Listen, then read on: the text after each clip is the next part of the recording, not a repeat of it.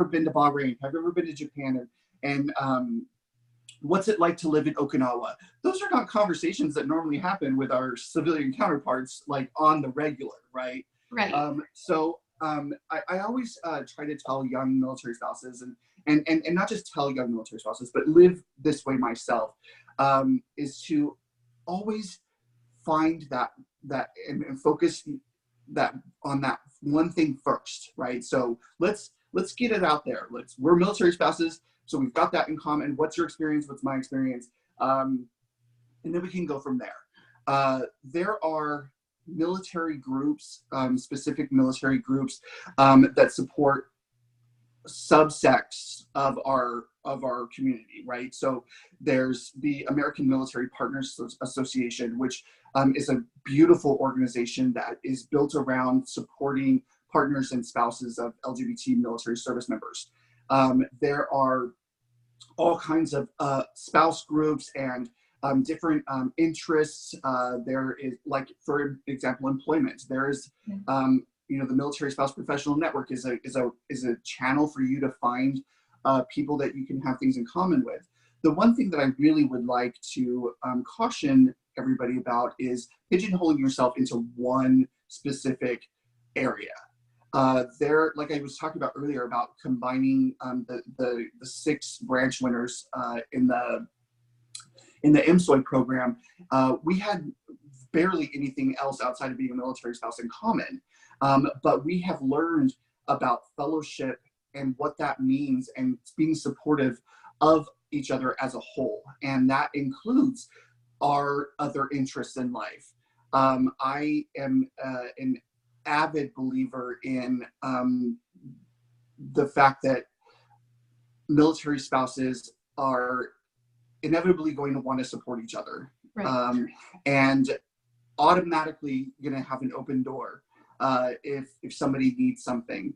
And I believe in taking advantage of that. And I believe wholeheartedly that we are one tribe, right. And there is a place for everybody in that tribe. And a couple of years ago, I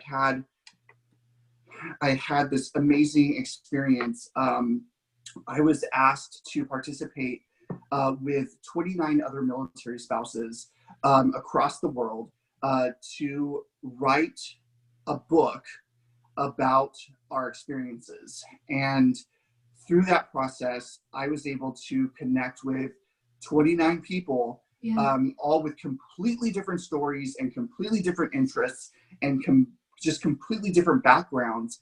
And we were able to find a tribe within a tribe through this experience. And this book, not sure if you can see it, it's called Behind the Scenes, The Tales of American Military Spouses Making a Difference. And it is a military spouse legacy project.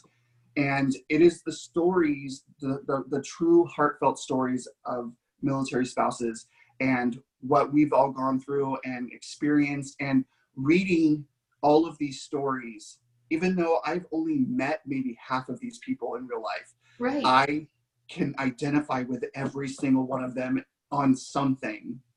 And it makes me feel closer to my military family, my military community, my military spouse friends. It makes me feel more invested in their lives and our collective life together and all of the things that we're all fighting for to improve our lives. And so I really, if you get a chance, I think you're going to put a link up for this book. Check that out and read about all of these amazing military spouses because it really truly does make you feel like you are a part of this tribe. And so again, we are all open. None of us who are out in the world doing certain things, we're not any better than anybody else. I am equal to every military spouse, and I want to have the opportunity to get to know everything that I can about everybody and how we can support each other, because sometimes all it takes is one person to make a connection for another person that can change their life. And there are so many military spouses out there that they Brittany Bacher, for example, she it doesn't matter if it's 3 o'clock in the morning. If somebody needs something, she is the resource, and she will have a connection for you and have that made. And I don't know how she does it so quickly, because she's raising her own family and has her own career and whatnot. But again, military spouses, we are a special breed of people. Yes. But she is so impressive with the fact that she can communicate with anybody from a brand new military spouse to a senior spouse of the Joint Chiefs, right? She can communicate, and she talks to them the same exact way, and she can make sure if you need something, you're connected. And so by opening yourself up to meeting as many people as you can and being involved gives you access to people like Brittany, who can help you when you might not need it today, but one day you might. And so having Brittany in your back pocket's a big deal. And or other people who are the Britneys of the world. So that is just some advice from Brian. I love it. I love it. So good. Yes, and definitely agree with Brittany. She was on our, I believe, March Coffee Connection. She's also listening in right now. So I'm sure she's smiling from ear to ear. So you guys, you mentioned you're getting ready to transition out of the military. You're moving over to DC. So how's that been? What's that process look like? Has it been easy? Is it what you thought it would be? Tell us a little bit more about that. Well, I that's a complicated question. Right? I know. I'm like, we're going to go with it. There's parts of it that have been super smooth, like planning for the retirement ceremony and, all of those sort of things. It's really easy because the Navy has, it's very ceremonial. And so a lot of that stuff is already done. I just had to pick a location, which we're doing. Thankfully, we got it worked out where we are having his retirement ceremony on the flight deck of the USS Midway. So it's going to be a really amazing a day for him to celebrate his 20 years in the Navy.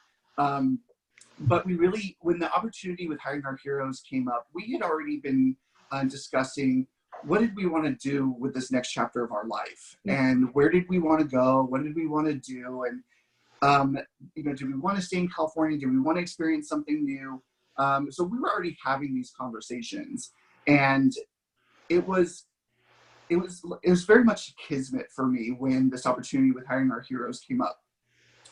And through conversations with Matthew, we talked about it. He said, you've lived your life and lived it for the military community. Now, what do you want to do? And I said to him, I want to find a way to stay involved. Yeah. And with this opportunity, I get to continue to work towards bettering the lives of our military families for years into the future. And that means everything to me. So it was a pretty easy decision for us. Yeah. But then all of the technical things happen. And we're all real people. We're military spouses. We know what it's like. Can we talk about that PCS system? Like trying to schedule the PCS? That was difficult to try to navigate. There it is. And I'm sure that there are military spouses out there. And I know for a fact, Megan Harless is a friend of mine who's working on some PCS issues on the Hill with lawmakers to try and make this process easier. But I am quasi-intelligent, and I was looking at that website going, what? Yeah. Luckily, my spouse came in with his military knowledge, and he's like, this is how it's done, boo, boo, boo, boo, and got it done. But we are excited about the opportunity. Matthew was raised in California and has only ever lived in California and Hawaii, aside from deploying in the Middle East. But he's never experienced living in snow, so this should be quite the experience for him. Oh, that'll be exciting. But he's always up for an adventure. He's always up for a challenge. So it's going to be a great adventure for us. I am excited about the work I'm going to be doing. I'm excited about the fact that on a Friday night we can get on a train and go to New York City and see a show on Broadway over the weekend. Like, you can't do that from California. Right. Yes. And of course, Matthew's excited because we can go the opposite direction and go to Disney World. So I think there's just a lot of cool things that just being West Coast people, we've never really got to experience. So yeah, we are We're going to be in DC next week for Military Spouse of the Year and the Sea Air Space events and some stuff for work for me. But then we are coming back and doing Matthew's retirement ceremony, and then the Navy comes and does the pack out 3 days later. So we are ready for this adventure. Oh, well, congratulations to you and to Matthew for 20 years. That's fantastic. And thank you, Matthew, if you're listening. I believe you are. So thank you very much for that. And what we're going to do now is actually jump into the question and answer box to see if anybody has any questions for us. And if not, it looks like I don't see any in there right now. So if anybody wants to go into the question and answer box, and feel free to start asking us some questions, we'll make sure we get those over to Brian during the call. And if I don't see any questions come through, we definitely have more because there's more that I want to know about Brian. So, all right, let's see. I see a question about you, Nicole. I know, I see. Did you have a baby yet, Nicole? No, Krista, not yet. She is due on Monday. So I will be delivering a little baby girl on Monday. We're very excited. One of the this is a very serious question from Brittany, your best buddy, Brittany. Where do you get your amazing pocket squares? A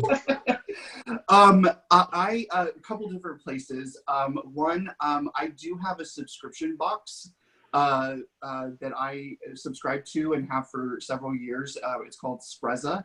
And every month I get a tie, a pocket square, and some other sort of male fashion paraphernalia in the subscription box, but also from my friends like Brittany Bacher, who send them to me, surprise me with them all the time, because they just love supporting my fashion habits. I love it. I love it. Oh. And then Stacy wants to know, what is your best tip for making your LinkedIn profile? That's a really good question. Oh, that is a great question. First of all, you want to make sure that you have a professional headshot, because this is a professional networking system, and it's a way for you to brand yourself from your profile picture to your profiles and summaries and your volunteer experience and whatnot. But one thing that I want to mention, aside from the profile picture being a professional headshot, is to focus, especially for military spouses, focus on your skill set and less about your timeline, because that is part of the conversation that we're trying to change across the country, is you not having to explain the gaps in your resume because you're a military spouse. Let's change the conversation and talk about what you can do and what you can do for these companies. So make sure you spend some time working on really building your skills section and letting people know what you're capable of doing. And we're talking about,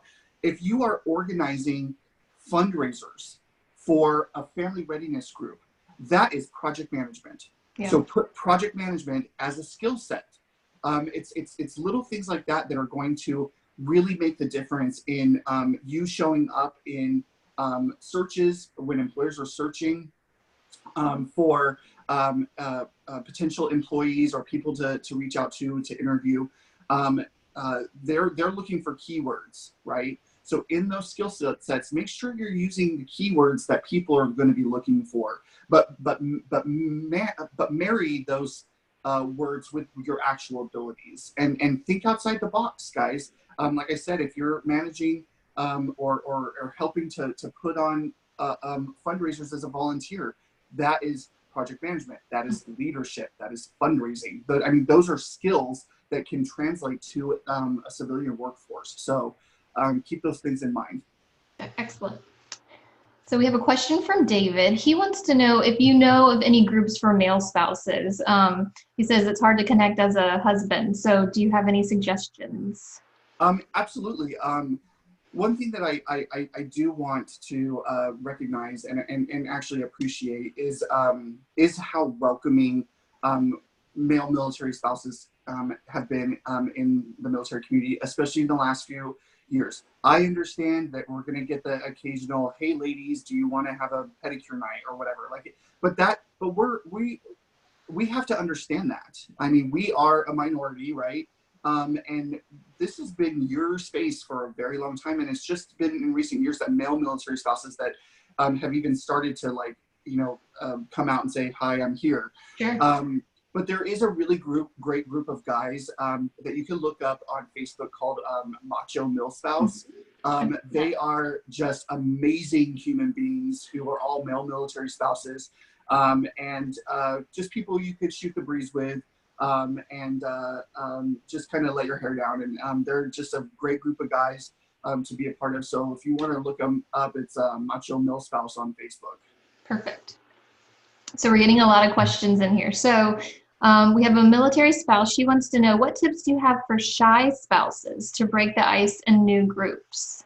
Absolutely. And that is something that is just something you're going to have to find within yourself. And I can tell you that I went through that transition because I was a shy military spouse when I first started dating Matthew and first started to go on military bases. And for crying out loud, you should have seen me the first time I had to have a conversation with a senior ranking officer.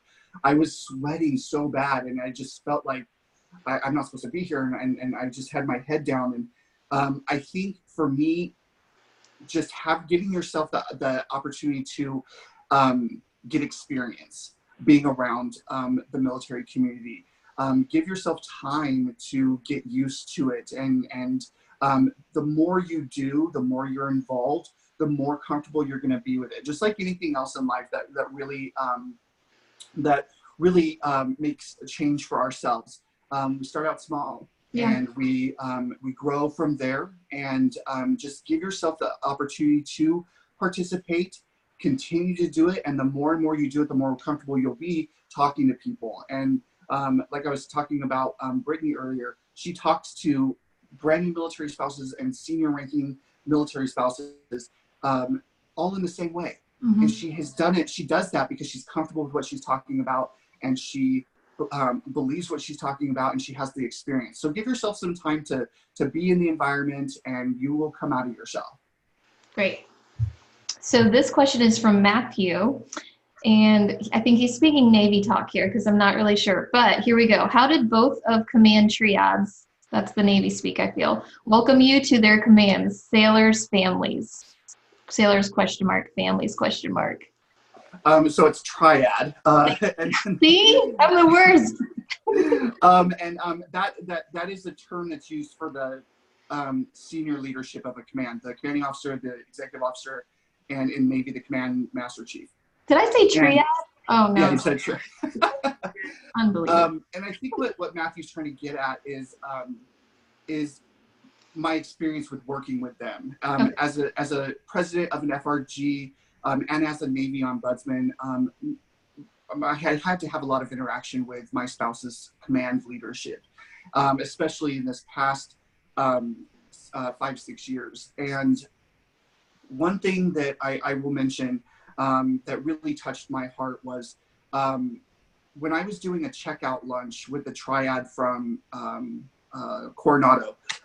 They took me out to lunch, and all of the ceremonial stuff with the presenting me with the nation's ensign and all this sort of stuff. But the command master chief, CMC Doug Heiner, said to me, "I want you to understand why you were successful in a volunteer leadership role at this command." And he said, "It's because you never ever once made it about you, and you always made it about the sailors and their families." And he said, "I'm telling you this because I hope that by saying this, you will continue to do this as you grow as a military spouse and move on and continue to work in this space." And I absolutely did take that with me because I didn't really realize I wasn't, I was just doing what I was doing. And but for him to take notice of that and to tell me specifically because he wanted me to continue to operate in that way, it really meant a lot to me. And it's something I tell as many spouses as I possibly can. In order to be successful and to be really a great member of this community, you have to make it about the community and not about the self. Yeah. So. Excellent. Okay. And then from Lovedie, if I'm saying that right, sorry. What are your thoughts on the military spouse title in the LinkedIn headline, especially with the 100K commitment?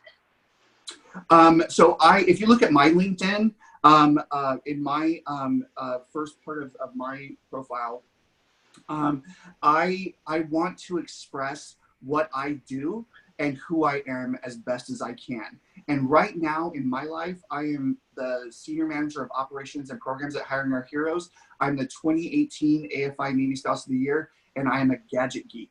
And that right there gives you a little bit of playfulness because that's Right. part of who I am. But it also means I'm a military spouse and employment advocate. I work in this space, and I'm involved with the MSOI program. So it lets people know really kind of roundabout what my elevator pitch is going to be if I was, had given 30 seconds with them. So Sure. I would certainly talk about the title. I would talk about your involvement with the military community and what got you to that title. And I would wear that badge proudly. Excellent. Okay, that's very helpful. Thank you. And from Brittany, she wants to know, what can we do to help you in your transition to Hiring Our Heroes and assist with the 100K initiative? Absolutely. And thank you for that question, Brittany. We need to keep spreading the word, right? We need to have as much outreach to organizations and companies and talking to them about the talent pool that is the amazing military spouse talent pool. And so the more we can be out there working and meeting people and talking to people as volunteers or as staffers or just straight up as military spouses, the more outreach we can do and get more companies part of the conversation and a part of what we're trying to do, the bigger outcome it's gonna be for our military families. So that is what I would like for my friends in the military spouse community to support me and what we're doing is just continue that conversation and that outreach. And let me know if there's ever anybody that you've talked to that wants to get involved. I'd be happy to meet with them. Great. And then Heidi is asking, what is the group you were talking about earlier called? And it's American Military and then blank. Does anything? Yeah, it's the American Military Partners Association, often known as AMPA or AMPA. You'll hear it both ways. They can be found easily on Facebook, Twitter, Instagram, as all of the social networks, but mainly Facebook. They have specific groups for regions, so local people can get to know each other within the LGBT military community. But then they have their bigger group, and they are actually next Saturday having their 6th annual National Gala in DC, which is an amazing black tie affair that Matthew and I have been to several times, and a great way to help find some tribe. So look them up on Facebook. Okay, good. And then Sheila, looks like this might be our last question. So if any other questions are out there, make sure to put them in the Q&A box because this looks like our last question that's in there right now. Sheila wants to know, with Hiring Our Heroes, can retired military spouses apply for assistance? Absolutely. The Hiring Our Heroes programs, which include our grassroots level military spouse professional networks that are in 50 locations around the world, as well as any of our hiring events or hiring fairs or career summits. We identify a military spouse as anybody who has ever had their employment goals or their employment disrupted or anything because of being a partner or a spouse of a military service member. We include all of them. So we're talking retired military spouses, National Guard, Coast Guard, veteran spouses, partners. You don't even have to be married. If you are seeking career development and opportunities and networking, we encourage everybody who's ever been a military spouse or a partner to get involved with us. Okay, excellent. And I don't see any other questions in the chat box, but this is a selfish question that I want to ask. And we'll just end it with that unless anything else comes up. When you aren't working, what are you up to? What are you doing? What do you do in your free time? Well, Matthew and I are we're avid travelers. We enjoy traveling. We together have been places all over Europe, and one of my personal favorites is the island of Curacao in the South Caribbean Sea. When we're just hanging out at home and we're just not working and not traveling, we actually have over the years we've built a Lego city in our garage, and it's something that we both love so much. It's to build the Legos is it's almost like a meditation for me. It helps me calm from the day, and it just focuses my mind. And it's something that we can do together because we both really enjoy it. Matthew is fanatic about trains, so there's different trains systems, and there's big buildings and little buildings. And Matthew has recently built the city of Washington, D.C., the mall.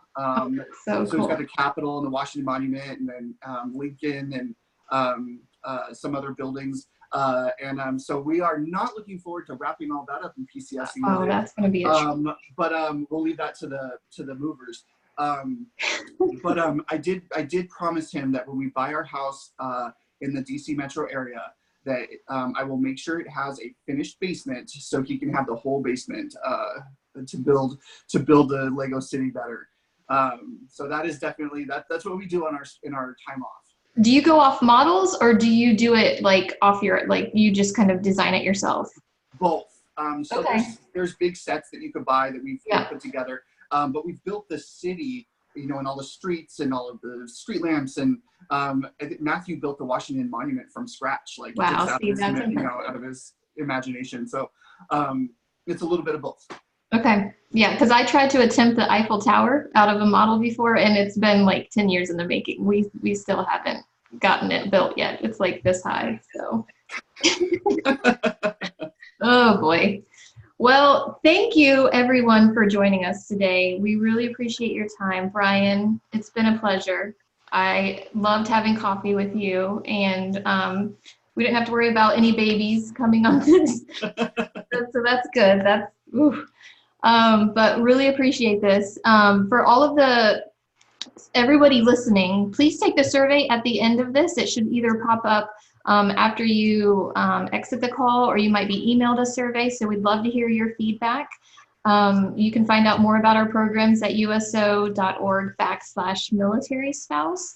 Our next Coffee Connection Live is June 13th with Kelly Artis. She is with Millie. So we're really excited about that chat, and the host for that's going to be Elizabeth Lee.